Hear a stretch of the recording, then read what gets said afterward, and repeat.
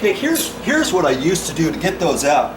I used to hold my screwdriver in here like this, and then hold it like that with two hands and kind of pull it towards me.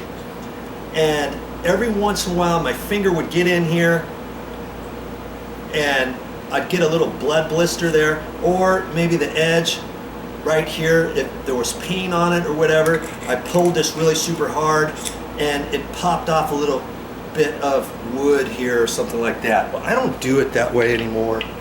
I thought, phooey on that, there's got to be an easier way, and of course there is. I just take a pair of pliers and I just put it in here because this is a throwaway anyways, okay? So I'm just going to kind of hang on to it like that. I'm going to use my hammer and I'm just going to tap on it, okay? Just to get it loose. Now I can pull it right out.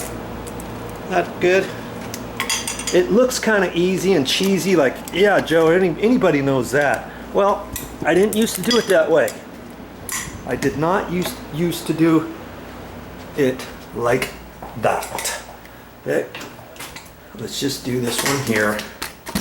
See, we're in production mode here, and I just want you to see everything I'm doing. Okay, I got it right like that. And I'm just gonna tap on it.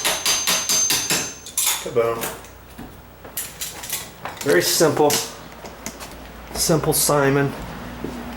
Here's my next one. Of course, it's the same way, right? Put that in there. Grab it and tap on it. Have I showed you anything that was hard just yet? No, because nothing I do is very difficult, really. An average Joe can do it. So can you. Maui, baby. Wish you were here, but because you're not, I'm bringing it to you with these videos.